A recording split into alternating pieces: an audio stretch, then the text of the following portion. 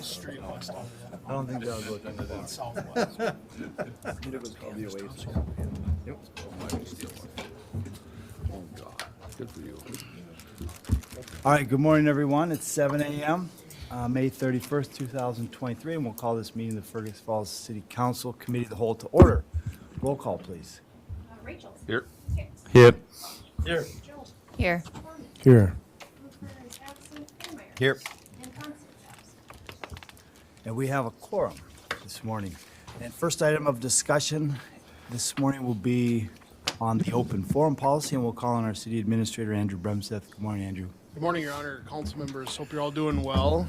This is a topic we've discussed several times, so I'm not going to spend a ton of time on it. But in your packet, there were the proposed changes to the open forum sheet and policy. We received feedback, I think, from just Councilmember Kwame after we talked last time. So just real quickly, we're going to be eliminating the sign-up sheet because, as we mentioned, it'll be open for anybody as part of the agenda and part of our regular meetings. And then if we look at the actual policy itself, I'll just run through the changes. We removed the fact that was previously held prior to the meeting and now will be held during the meeting. Eliminated the section related to signing up in advance, like I just mentioned. We've clarified that participants don't necessarily have to state their address, but they do have to state their name and declare whether or not they are a resident of the city. That was based on feedback from a gentleman at the last city council meeting. And then we just added that speakers will be limited to a maximum of 3 minutes unless additional time is granted by the mayor or the chair of the meeting. So that'll be at the discretion of the chair. The only change I don't think that we accepted of Councilmember Kwame's was the use of city technology. Our IT department is not comfortable with having somebody hand us a stick or anything to plug into the system, not knowing what's on that, if it's a corrupted file, if it's something that's inappropriate in nature, we don't want to have it televised or displayed on the screen. So really we're trying to stay away from that. People are free to bring paper copies and distribute to the council. We certainly will help people if they want to send things days in advance, and we have the ability to check what the file is. We can have that up on the screen like we do for staff, but we want to avoid the last second kind of plug in and play sort of thing. And Councilmember Kwame also previously brought up a document camera, and our IT department is researching what that could look like and what that would mean with our system. So that may be a possibility. Don't have a definitive answer on that today. So I'm suggesting that we add the open forum as part of our agenda under petitions and communications, which is right towards the top of our agenda. It would be right after our public hearings, which are notified in the newspaper at 5:30. So we want to make sure those happen when they're scheduled. Then it would be awarding of bids. Then it would be open forum prior to the council jumping into any of their other business. Certainly, if somebody's here to speak on behalf of something that happens prior to that on the agenda, they would have the ability to do so prior to the open forum. And the open forum will continue to be used for topics that are not on the agenda, as the mayor or the chair has the ability to allow people to participate on items on the agenda. So by resolution, we can adopt those changes. I have a question. Sure. Do we have a maximum number of people that can do this?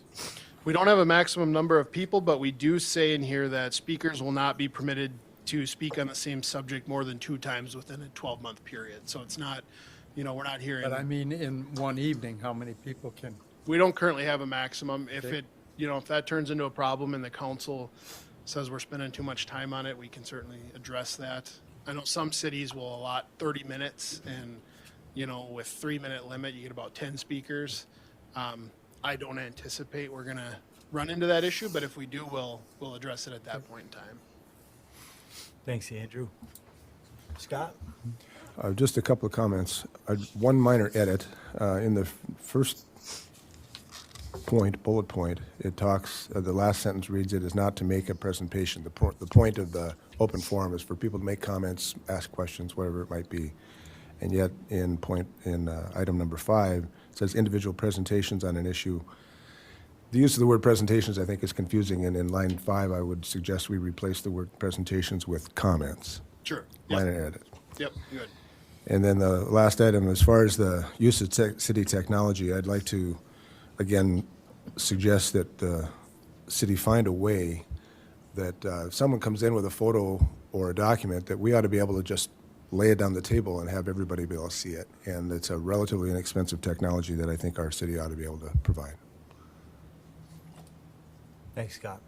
I think you mentioned that IT is looking into. Yep, we have the sheet that you gave us a couple months ago, and IT is researching if that's the right model or if a different model, and how that incorporates into this projector system here, so. Yeah. So how that would be written in that, I don't know. But I think just saying it's not allowed is one thing, but to say it would be allowed to some degree or with review or upon acceptance by the mayor or something like that, I think would be a more appropriate way, and then we wouldn't have to come back and rewrite this. We'll soften that. We can soften that between now and Monday, and something that kind of, makes it clear we're not physically plugging anything into our system. But if there's technology present that, could be used without that, like laying a document on a camera, that's fine. We'll soften that up before Monday. Thanks, Scott. Thanks, Andrew. So we can bring this to the council for action on Monday through a motion. I'll make that motion. Thanks, Anthony. Thanks, Scott. All in favor of that motion, say aye. Aye. Opposed, same sign. That motion carries. Next item on the agenda is an airport maintenance and operations grant discussion. We'll call on our city engineer, Brian Navarro. Good morning, Brian. Thank you. Good morning, Your Honor, and members of the council.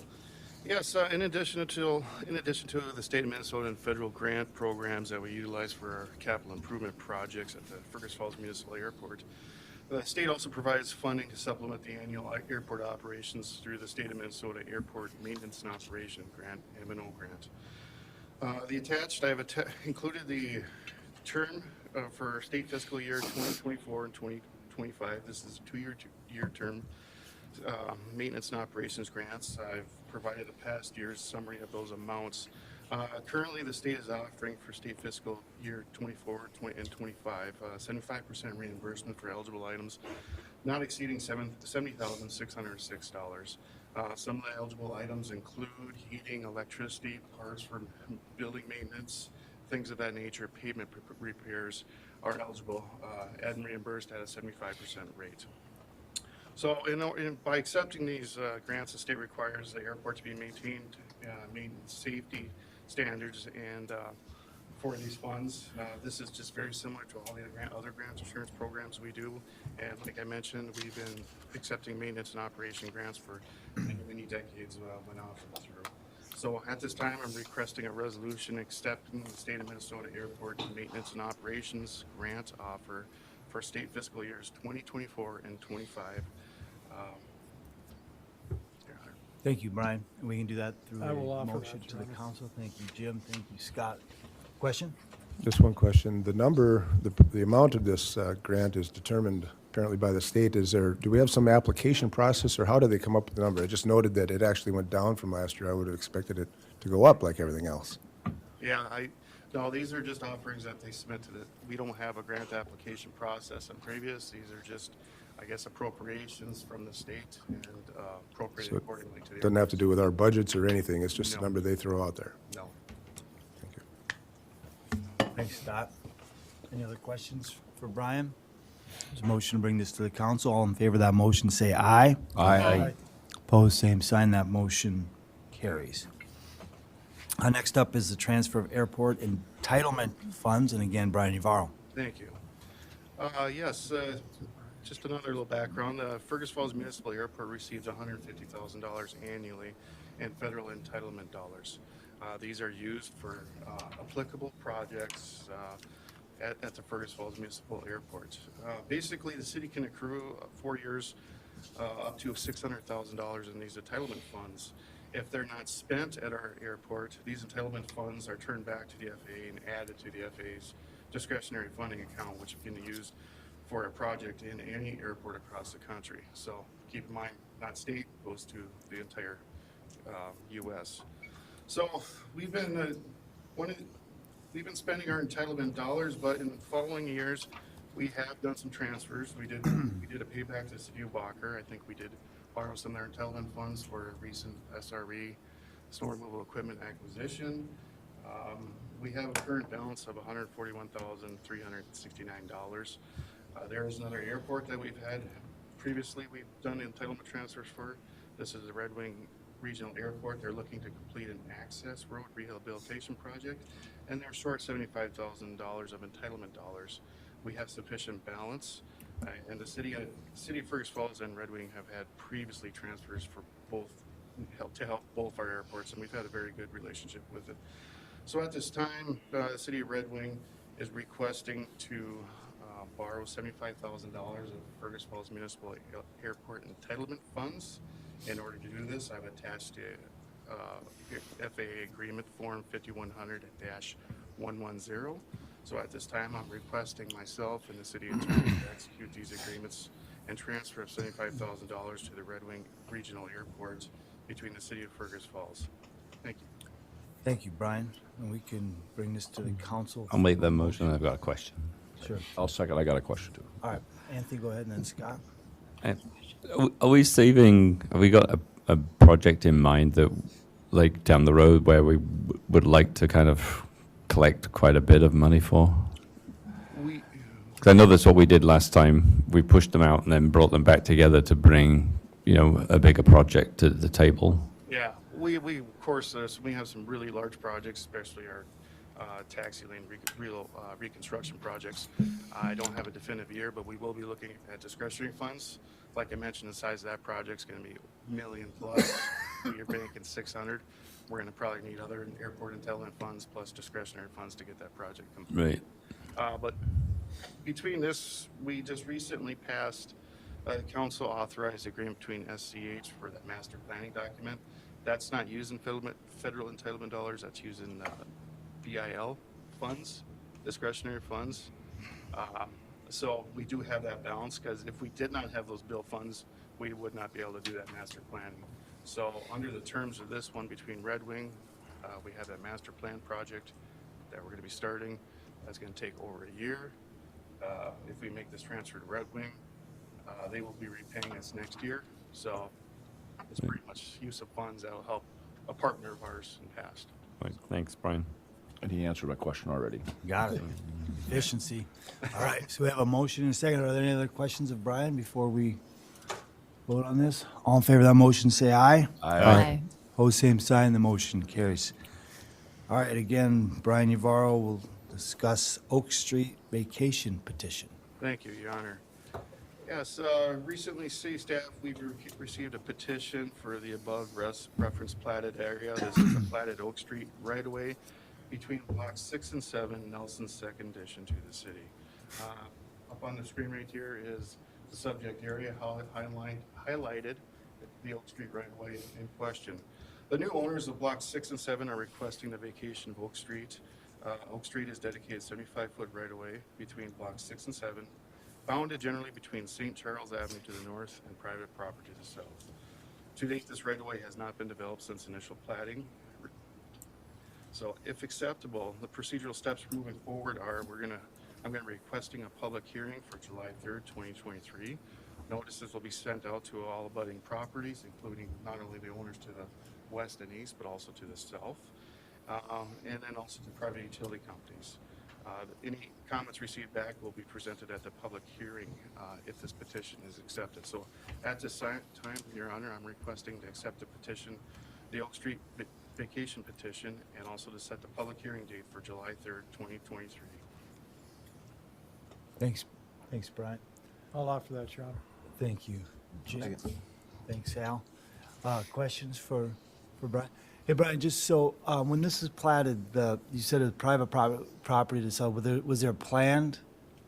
Is it platted to the south that just didn't match up, or how does that work? No, it's not platted to the south, and that's what will be given notice to the adjacent owner.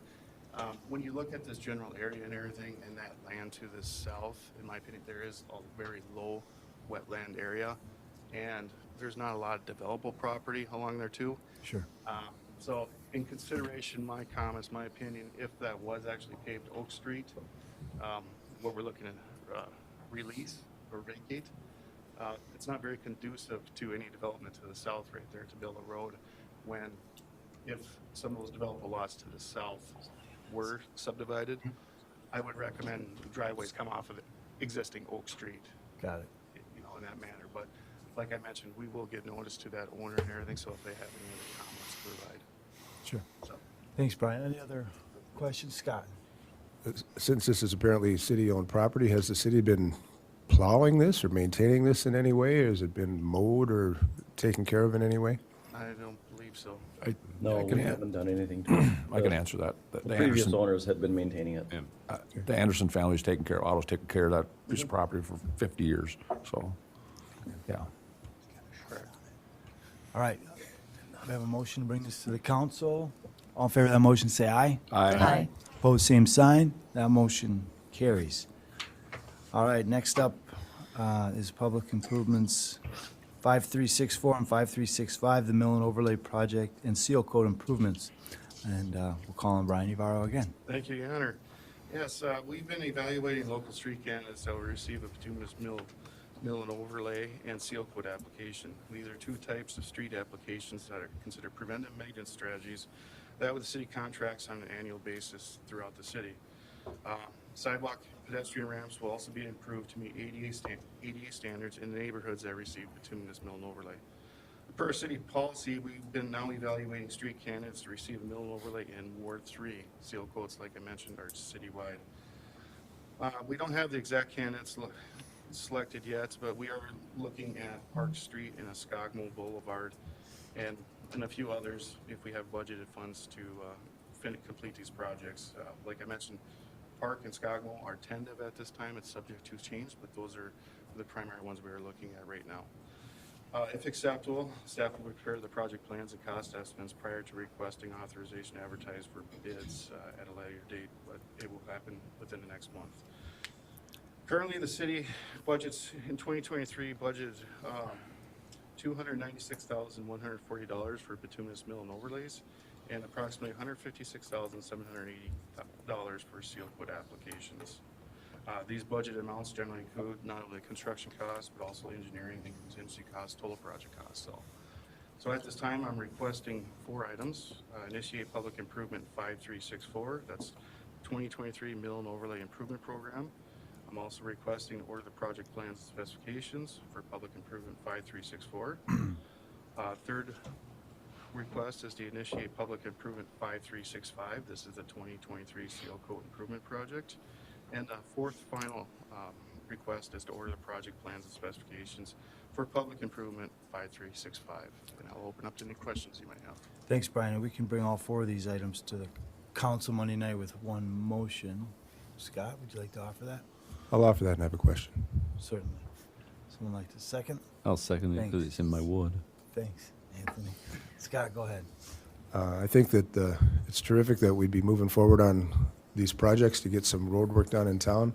The question I have is regarding Park Street in particular, since there's active construction along there with the Rognes development, if it might be smart to wait one more year until the homes along that street finish what they're doing so that what gets tore up is then repaired with the overlay. Unless there's some piece of that puzzle that I'm missing, it seems like we'd be maybe 1 year ahead of the game on that particular street. As for Skogmo, I don't see any problem there. My guess is that the residents of Ward 3 would probably have lots of suggestions for you, but that was the only comment I'd like to make. Brian? Yes, thank you, Your Honor. Councilmember Kwame. That's my knowledge, all the utility installations from Park Street that were constructed last year to serve the property, the Rognes development to the west, along with all the curb cuts for the new driveway openings. So I don't anticipate any more excavations into the street associated with that project. Okay. But very good point, yes, that would something we do consider. Try it. Other questions? All in favor of bringing this to the council, signify by saying aye. Aye. Opposed, same sign. Motion carries. Item number 6 is Public Improvement 9504 Aquatic Center Improvement Project. We'll call him Brian. I know that Anthony has a comment on this one as well. Yeah, it was, I mean, my kind of thought was that I know there's a number of people that want to comment publicly on this as well, and that want to come to the council meeting on Monday night, particularly regarding the trees. And I just wonder, in the essence of efficiency, if we discuss it now, we're going to reiterate it and rehash it again on Monday night. So when there's a more of the public are present. And so I wonder if we can push this to skip it today and push it to Monday night. Thanks, Anthony. It's up to the rest of the council. We could just table this till Monday night if that's all right with staff. I just got one question before Yeah, a second. no. Brian, why is that number so big? The architect number? I mean, I know something about, is there a percentage of what the cost is or how it works? Just Yeah. explain that to me. That's all I want to know. It's generally 8.7% of the total construction, the total Okay. project cost. Okay, that's all. I wanted to know that number. Thank you. So if it's all right with Scott? The resolution as it's presented really doesn't have anything to do with trees. This is all about the change that the legislation has brought by allowing us this additional $3 million, and then what it does for the fees for JLG. So I don't see why we can't just go forward with this. Sounds good. Brian, go ahead and proceed. Oh. Sorry, thank you. Okay, back in January, the city council accepted the professional services agreement from GLD Architects in an amount of $681,820, or 8.7% of the total project cost of $7.8 million project. We accepted at that time because we did not have the legislative state approval for the additional $3 million to have a $10.8 million project that was determined as a needed based on the previous reports. So like I mentioned recently, we've just approved to do the $3 million request and increase local option sales tax to fully fund a $10.8 million project. So pursuant to JLG's professional services proposal, their basic service fees shall be adjusted according to the 8.7% rate for a $10.8 million project that equates to $939,600. And I just want to make a note, I did have some slight error in there. I'm off $3,000 between, so the real correct number is $939,600. So if acceptable, we have continued, we're making great progress on preparing the plans and specifications. We're anticipating getting bidding in June or late July, contingent on council approval. I'm estimating that we're hoping maybe early July to be coming back to the council to present exhibits and total cost estimates with the project as it is right now for a $10.8 million project. So at this, like I mentioned, the local option sales tax is used to public finance the project bonds as a current funding mechanism. And as it is right now, the project is fully funded with a total project cost of $10.8 million. I just want to note with the $10.8 million, we are looking to bid alternates and everything as well. We're based on the construction market and everything. We're looking very diligently on what features we're looking to include in Aquatic Center. So unless there's any questions, so I'm going to be requesting a resolution accepting JLG Architects professional service proposal for design, development, construction administration, an amount of $939,600. Thanks, Brian. And we can bring this to the council for consideration on Monday night, and we can also, of course, welcome any public comment specific to the project at that time as well. So we'll get a motion to bring this to the council. I'll offer that, Your Honor. Thanks, Jim. Thanks. Second. Second. Scott, question? All right, all in favor of bringing this to the council on Monday, say aye. Aye. Opposed, same sign. That motion carries. Thank you. Thank you. Thank you, Brian. Next, we'll call on Chief Ryan Muckow of the Fire Department to discuss the joint cooperative agreement. Good morning, Chief. Good morning, Mr. Mayor, members of the council. Could have just handed this over to Brian. He's well versed in contracts. And no, I come for you today looking to renew our Otter Tail County Fire Department's mutual aid contract, or the longer terms joint cooperative agreement for use of emergency operations personnel and equipment. We've been a part of this mutual aid contract since, its inception, probably well over 20 years ago. And it was up for renewal this year. It gets renewed about every 15 years and reviewed annually by the Ottawa County Fire Chiefs Association. The three notable changes, really operationally there wasn't any, but there was some red line versions of there just to highlight for you all. Section 8, there was a question of when does the time start for a mutual aid call? And really it is once we are requested and leave, there's wheels in motion of leaving our community. So that was a start time, so we clarified that language. And then also Section 9, some language in there that keeps the contract in effect while we're working through a new or renewed contract. There was just some concern. There's 17 fire departments. All have a little maybe different governing body. Some are by a board, some are by like us through a city organization. So it was a matter of if we're making attempts to renew the contract and it did expire, it's just a way to keep it so help can always keep coming. So that was the Section 9. And then Appendix B, Battle Lake Area Fire and Rescue Association. Previously, it listed out the townships that they protected or responded to, along with the city of Battle Lake and I think the city of Clitheroe. They, since 15 years ago, had kind of changed their model, and they've become an association. So they have a governing board there, so they wanted that listed rather than the individual townships and municipalities. With that, I'll just ask for any questions. Thanks, Chief. We can move this to the council. So move. Thank you, Scott. Second. Thank you, Laura. Questions for Chief Muckow? All in favor of bringing this to the council on Monday signify by saying aye. Aye. Opposed, same sign. That motion carries. Thanks, Chief. Next item on the agenda is an update from our Friends at West Central Initiative, and we'll call on Samantha Van Lecho-Meyer. Good morning, Samantha. Good morning. Thank you all for having me this morning.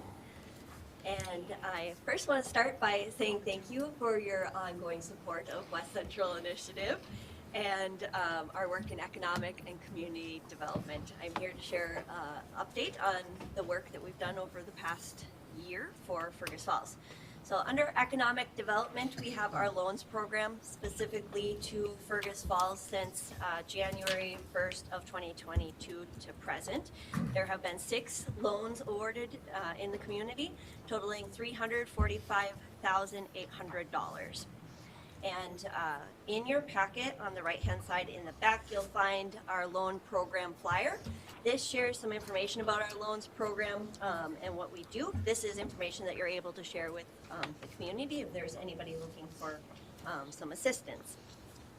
Under our community development efforts, we do have grants programs that come from West Central Initiative and through West Central Initiative from state and federal partners. There have been 133 grants since January 1st of 2022 awarded in Fergus Falls, totaling $932,845.71. Some of those are through our community fund, our component fund program, early childhood programs, and DEED. Under our community development efforts, we also have transportation planning initiatives, our early childhood initiatives. And I'm going to direct you to the left-hand side of your packet, our annual review. In here on page 10, there is an article on the Pioneer Kids program, which is, of course, here in Fergus Falls under the Pioneer Care program.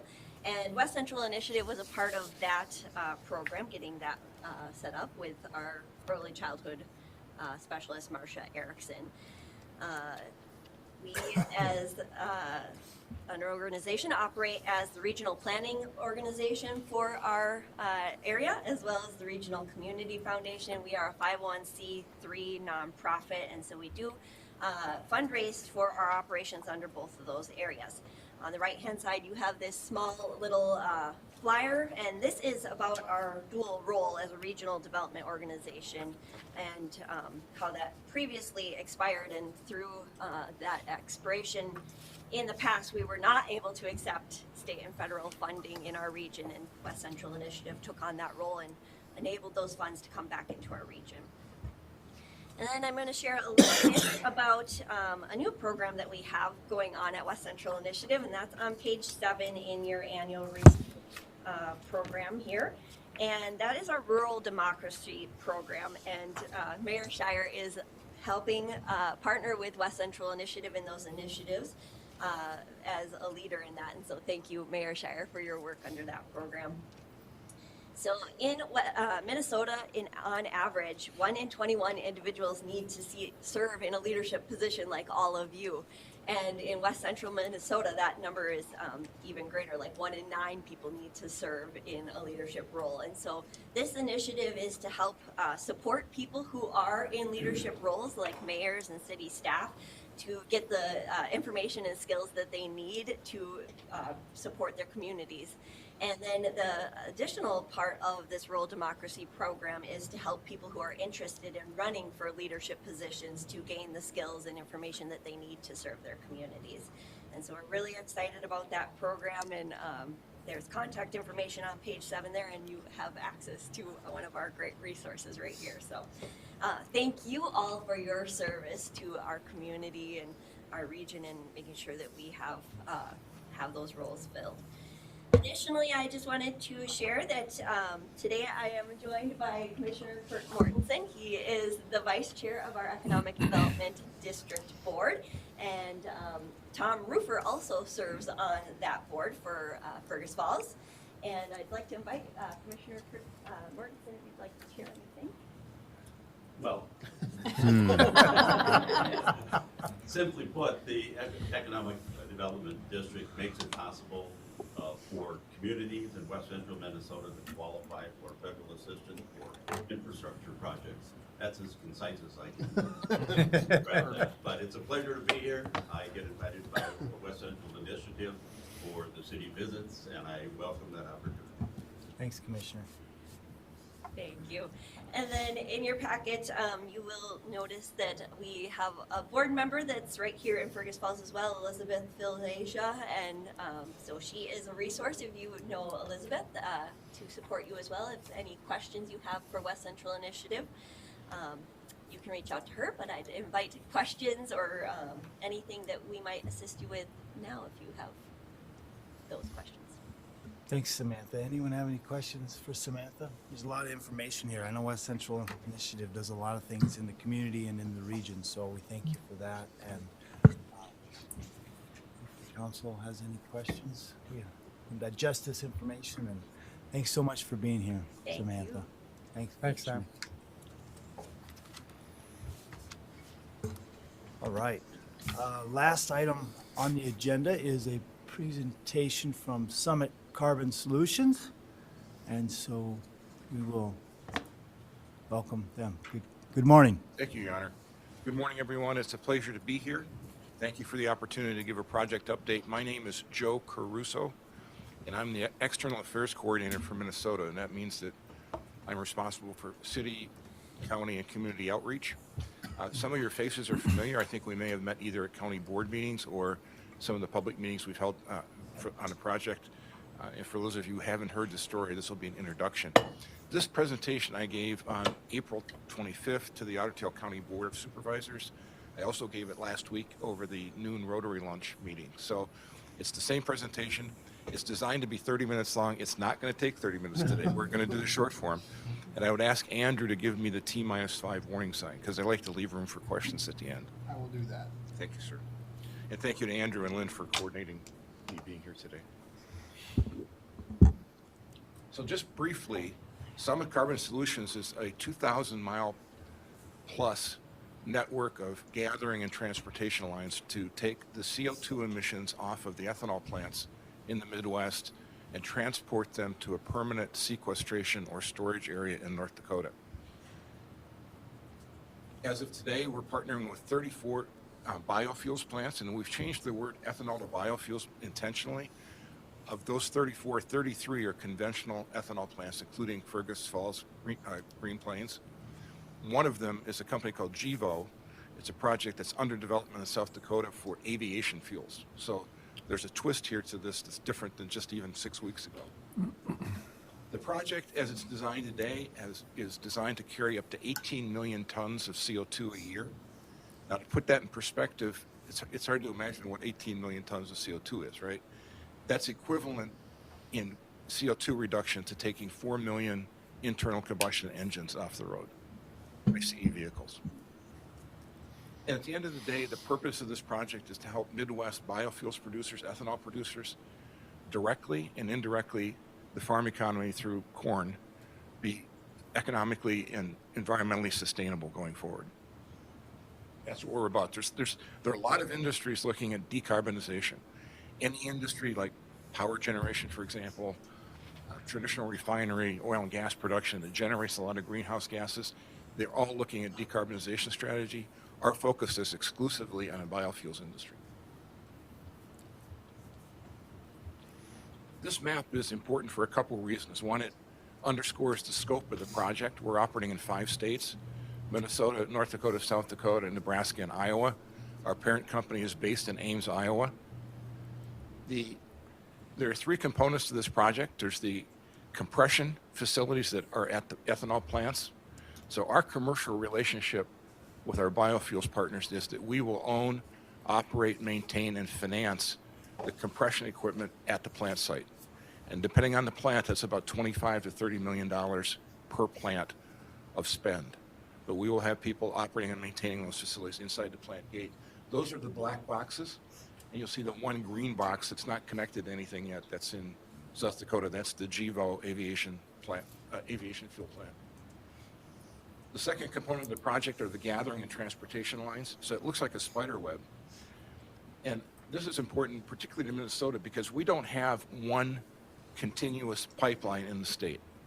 If you think of a conventional oil and gas pipeline, say moving oil or natural gas from Alberta, perhaps, down to the Gulf Coast for refining, that would come into the state at one point, leave at another, and it's a continuous line. We are not that in Minnesota. We have 3 separate gathering lines. One we call the Northern Line, or on the PUC docket, it's called the Ottertail-Wilkin Project. The Southern Line, which is, well, we'll come to a state map in a minute that's a little more detailed. The Southern Line down in Martin County, and then the Central Line that runs in west central Minnesota.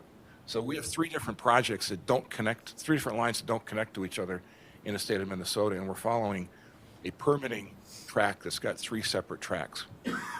And then the third component is the gray box in central North Dakota.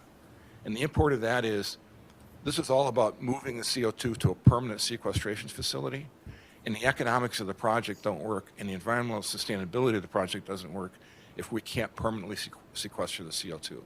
So 3 components: gathering and compression, which is basically what you'll see 5 years from now when we're up and operating. That's inside the plant gate at the ethanol plants. The gathering and transportation system that's moving the CO2, and then the third component is the permanent sequestration. So of the 18 million tons of design capacity, we're currently at about 10 million of contracted throughput with the 34 plants. We're continuing to add additional partners to the network, and we've left plenty of headroom on the system for the existing partners to grow their businesses.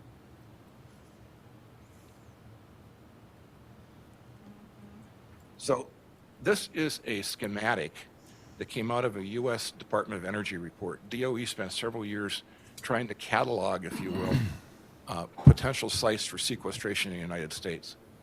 And we found this to be a very useful slide. When I think of the word reservoir, I think of a big void space, a cavern or some other, cave-like structure. The reservoir here is not that. Think of it as a sandstone sponge. If you took a bucket of sand that's full, you could still put a lot of water in that bucket. Try the experiment sometime, it's pretty fun. That's what this is. This is a sandstone sponge that's 1.5 miles underground. And the two features that were important to the Department of Energy when they were cataloging potential sites were the reservoir itself, which is where the CO2 will be stored, and then the cap rock layer, which is that light brown or medium brown layer, a couple layers above it. The import of the cap rock is what you put down there, you want to stay down there. Without a cap rock that's non-porous and non-permeable, you have the risk of upward migration. So those 2 characteristics are what the DOE was looking for when they were cataloging these sites. It turns out, as I put it, Iowa and Minnesota are blessed with some of the most fertile, most productive farmland in the world, right? Well, North Dakota has some pretty cool geology, and they've monetized it once over the last 30 years by making the Bakken work, taking stuff out of the ground. This is about putting stuff in the ground. And one of the questions that came out of our public meetings last year, are we being a bad neighbor? We in Minnesota being a bad neighbor by taking something we don't want, CO2, and dumping it in North Dakota? And the short answer is no. Governor Burgum and a bipartisan group of both political and business leaders are looking to develop this geology as a long-term strategic asset for the state.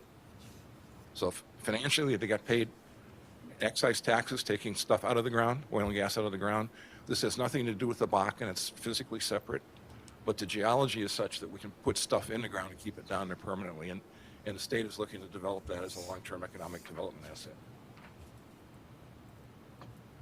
We could do a lot of cool stuff from an engineering, design, construction, operating standpoint. We could help the biofuels industry remain environmentally and economically sustainable. But if we don't do that safely, this project will be an abject failure, and we get that. And we've borrowed, if you remember the tagline that Ford Motor had in the 90s, quality was job one. To us, safety is priority one. And this industry is novel to Minnesota. There's no CO2 pipeline in the state of Minnesota. It's not novel globally. It's not novel nationally. It's not even novel regionally. There are two operating pipelines in North Dakota, one of which has been in operation for over 50 years. There are about 5,000 miles of installed pipeline nationally, but this represents a 40% increase in the installed base, if you will, for CO2 pipelines. The design, construction, material selection, and operation of the pipeline are governed by FSMA, which is the Pipeline Hazardous Material Safety Administration. It's part of the U.S. DOT, and we'll talk about that in just a second. This is a busy slide. I'm not going to drill into it, but the two numbers in yellow are important. And the gist of this is ethanol is really important to the state of Minnesota. It contributed $2.7 billion of GDP to the state last year, and directly or indirectly impacted 26,000 jobs in the state. Think of it this way. Every other row of corn in Minnesota is ethanol feedstock. So it's a big impact on the entire ag chain. I apologize for the footprint of this map. It's hard to get this map on one slide and have it look like it's squished, but the import is the states in black, California, Oregon, Washington State, and the province of British Columbia have had for some time low carbon fuel standards in place. The provinces and states in blue, including Minnesota, are provinces and states that are pretty far along the process of adopting low carbon fuel standards. And the states in that kind of pale mustard color are contemplating low carbon fuel standards. The point is, if you're an ethanol producer today or a biofuels producer today, you're faced with a market that's changing, and the market requirements are changing. This is one way of helping the industry deal with that change. So go back to the state map for a minute. We talked about the northern line, or what's called the Otter Tail Wilkin Project. The southern line is in Fairmont, Martin County. They have a lot of things similar. They're very similar in a couple of ways. One, they're both 28 miles long, coincidentally. Two, they both connect to single ethanol plants, coincidentally, that are Green Plains facilities. And they either operate in one or two counties with a relatively few number of landowners. And because we're pursuing a voluntary easement strategy, we do not have eminent domain in Minnesota. The number of landowners is important. So we filed a permit application on the Otter Tail Wilkin project last September. We had our first round of public hearings in Breckenridge on May 2nd, and on Otter Tail in Fergus Falls on May 3rd. And some of you may have heard about those or attended them. If all goes well, we hope to have the Otter Tail Wilkin project permitted a year from now, starting construction in the second quarter of 2024, and trying to complete construction by the end of 2024. Those dates, those estimated dates, apply only to this line. They don't have anything to do with the Martin County line or the central line. And that central line starts in Atwater, Candiotwai County, runs to Granite Falls, then Lamberton and Heron Lake, and down to the Iowa border. So it's 175 miles long, 4 plants, 7 counties. So it's a different beast from a complexity standpoint. I'm going to skip this slide in terms of brevity. Just a couple of points here. One of the important strategic relationships we developed last year was with Minkota Power. Minkota is a rural electric co-op that happens to own a coal-fired generating plant that they wanted to decarbonize. So for their own account, they went out and developed and got permitted permanent sequestration storage in North Dakota. And they have way more capacity than they need, and we've entered into an agreement to use their facility if our pipeline is done before our storage facility is permitted. So it's kind of an optionality insurance element to this thing that's important. So last year was a very busy outreach year. We had 15 meetings in 11 venues, including here in Fergus. More than 900 attendees. Most of the attendees were landowners. That was the focus. But anyone and everyone was welcome to attend. The format of the meetings was usually around a meal, breakfast, lunch, or dinner. People had a chance to get food and beverage, hear a brief presentation, and then we broke out into small groups at a table level. We would have been foolish to spend the time and money we spent on public meetings had we not listened and learned. So some of the key listenings and learnings went to, I'll come to those in a minute, just finish out the outreach. So we met with all 10 county boards at least once in person, in most cases twice. The COVID public meeting restrictions were coming off last spring, so it was a lot easier to get out and see people. We had some great watershed district meetings. The Public Utility Commission, as part of its regulatory route permitting process, expects all the state agencies who have skin in the game, if you will, meaning that they've got some domain expertise on the project or some interest in the project, to weigh in the regulatory process. Some of the key ones are Department of Health, because they're responsible for drinking water safety. DNR is obvious, and then MnDOT is interested in the project because we're going to be boring under roads. And now, on the legislative front, Senator Rasmussen was very helpful to us. It was unclear in the existing PUC statute as to who had jurisdiction on permitting the route. It just didn't say in the statute. So he co-authored and co-sponsored an amendment that was just passed, clearly giving a PUC statutory authority over the route permitting process. So a couple of the key listenings and learnings. The first one dropped the temperature in the public meeting rooms by about 10 degrees. When people realized that we didn't have eminent domain in Minnesota, you could literally feel the temperature and the blood pressure levels dropping. So that was dramatic. And it's easy to smile, but in other places it's a big issue, particularly Iowa, because other states we do have eminent domain, and it's caused a lot of angst among people. We haven't exercised it anywhere yet, but it's on the table. The other thing that was a common question and common issue that dropped the temperature and blood pressure another 5 degrees was drain tile. Every person at every public meeting, every landowner who we were prospectively crossing their land wanted to know what we were going to do about drain tile. And the easy answer is, if we break it, we fix it. That's in the easement, it's a contractual obligation, but not only do we break it, we fix it, we're actually warranting the repair for the life of the project. Now, as far as we know, no other pipeline of any kind has done that. So that's a big liability. You got to manage that risk, right?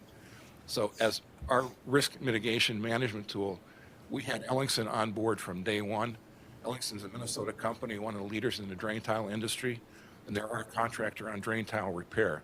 But not just repair, they're helping us document up front where landowner drain tiles are, where the public drain tiles are. So if we know, we have a good feeling, we can miss stuff, we can avoid things. And our basic strategy is to go below everything. So we'll go as deep as we need to go to get below drain tile. The challenge is some landowners have incredibly detailed, precise GIS maps of their drain tile systems, particularly newer ones. Some people can take a napkin and sketch out where great grandpa put in drain tile, or they think they are. So our challenge is to take this really big spread in data quality and make a map out of it that works for construction purposes. But that was the second big point. And the third point, and this is not necessarily in order, but it's operational safety, and we talked about that earlier. FSMA is the governing body nationally for pipeline safety. This industry as a whole has had a very good safety record. There was a significant incident in January of 2020 in Mississippi.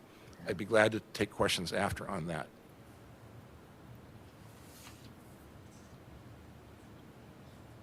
So two maps here, we mentioned this is a 28-mile line initiating at Green Plains, Fergus Falls. 11 miles of it are in Otter Tail County, and then 17 miles are in Wilkin County. And this heads west-southwest, crossing the North Dakota border south of Breckenridge, and ultimately connects with another plant out in North Dakota. So with that, I would be glad to take questions. If I move through too quickly, I apologize, but I don't want to leave room for questions here at the end. Thank you, Joe. Questions for the council? I'm sorry, questions from the council for Joe? Is there any, this is just, obviously this is informational at this point. There's no action that the city will have to take as part of this project at any point, is there? I don't know. I think there might be some things we need to do on the engineering, on the highway road front. Sure. So our basic approach on roads is we will bore everything, whether state, county, or township roads, except for low-maintenance roads that don't have ditches. And when I say bore, we'll start the boring on one side of the road on the private easement, go under the public right-of-way, under the ditch, under the road, back up on the other side. So we're going to go from private to private. We will not ever be in the public right-of-way. There's too much stuff in the public right-of-way that you just want to avoid it from a prudency standpoint. Thanks, Joe.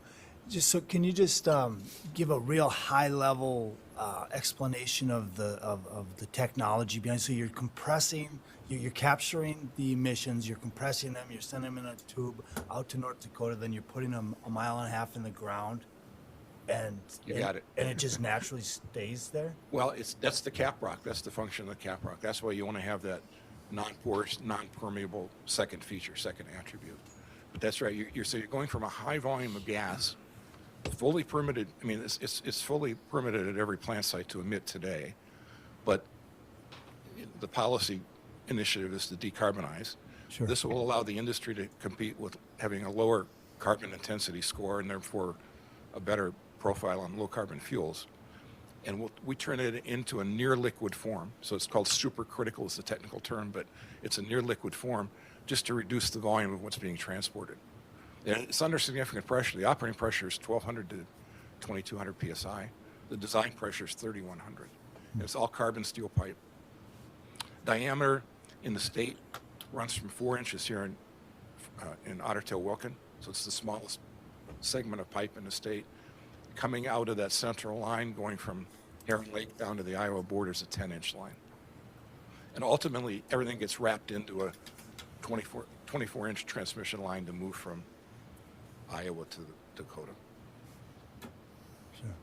Al? I just got a question. You said a cap rock. So let's say this is a cap rock, and it's 1.5 miles down into the ground.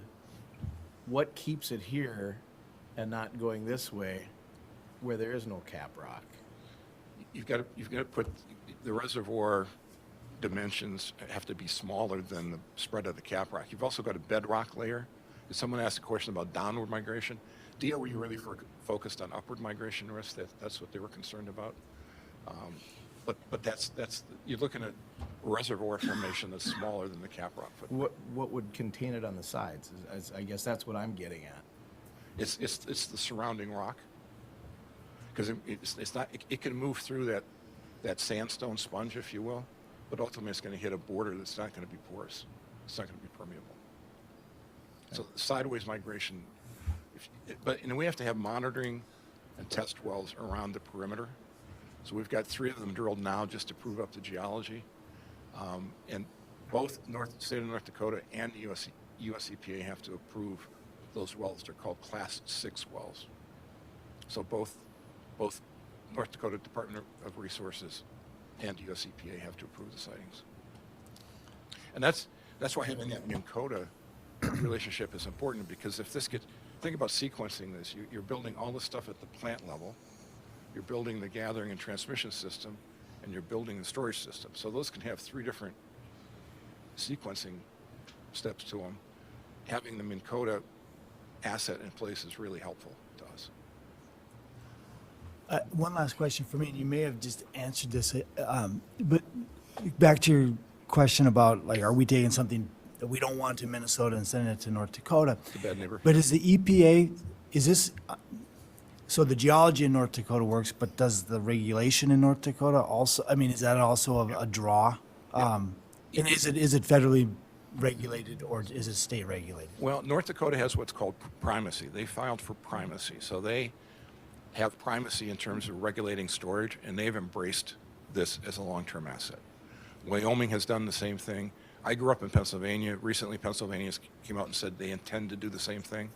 So states that see this geological asset as something that they can monetize over time are stepping into the process. And ultimately, the safety aspect is still regulated by FSMA. The siting and permitting is co-regulated by the EPA and the state. Okay. In North Dakota's case.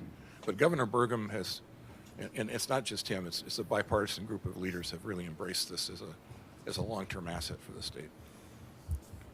Thanks, yeah, Scott. You mentioned that these compression facilities at each plant are going to run 25 to 30 million. So as far as a local impact, that would be the most significant piece of the puzzle that we're going to see here as a city, having that kind of money into a project that will be within our city limits. And that's nice.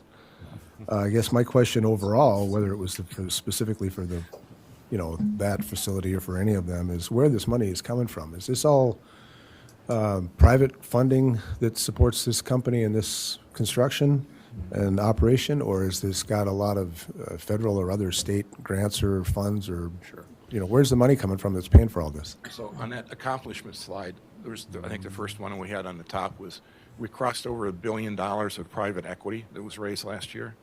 The total project cost is $4.5 to $5 billion. So the rest of that has to be financed with debt.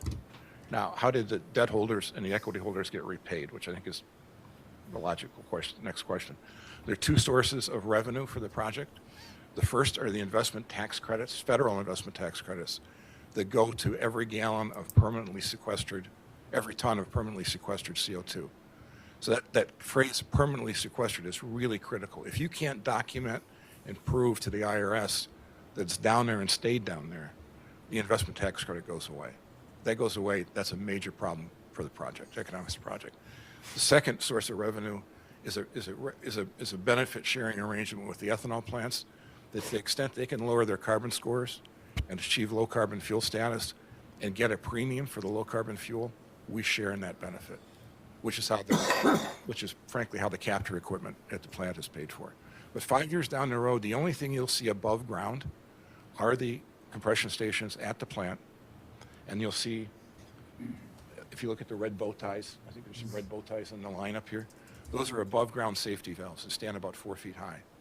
And they're monitored 24/7, 365 remotely, and they can be they're a ball actuated valve. So if there's a problem on the line, we can isolate the problem on the segment of line where we think the problem is. So that's what you'll see above ground. Jim? I have a question. If you would happen to have a leak in that pipeline, how do you know that? We're monitoring the pressure and the volume and the temperature along the line.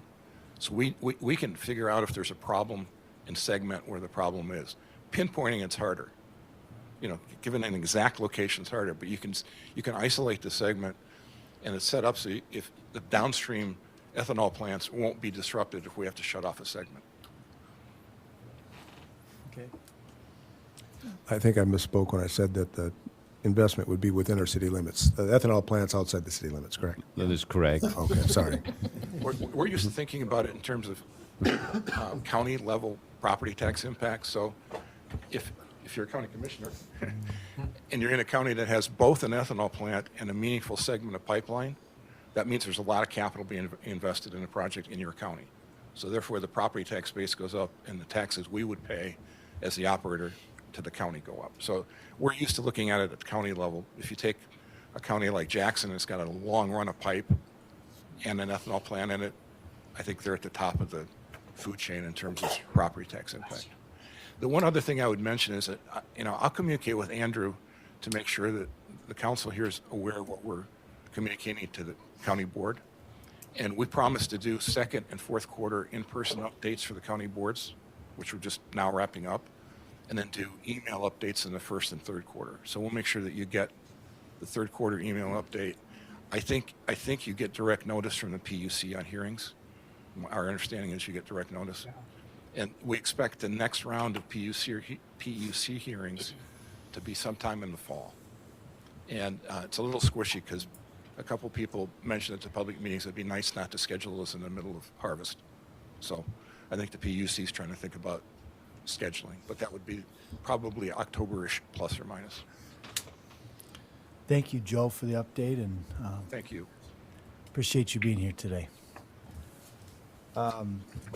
With that, I believe there's no other agenda items to come before the council, and we're adjourned.